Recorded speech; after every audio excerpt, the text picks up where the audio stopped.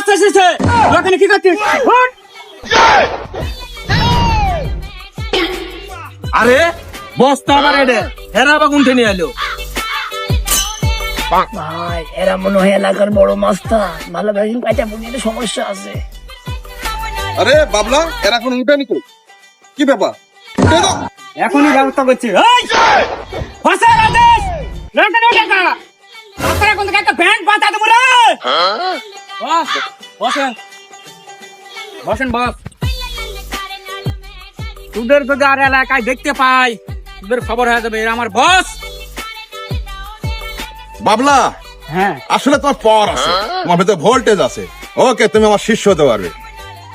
চলো যাই। হ্যাঁ।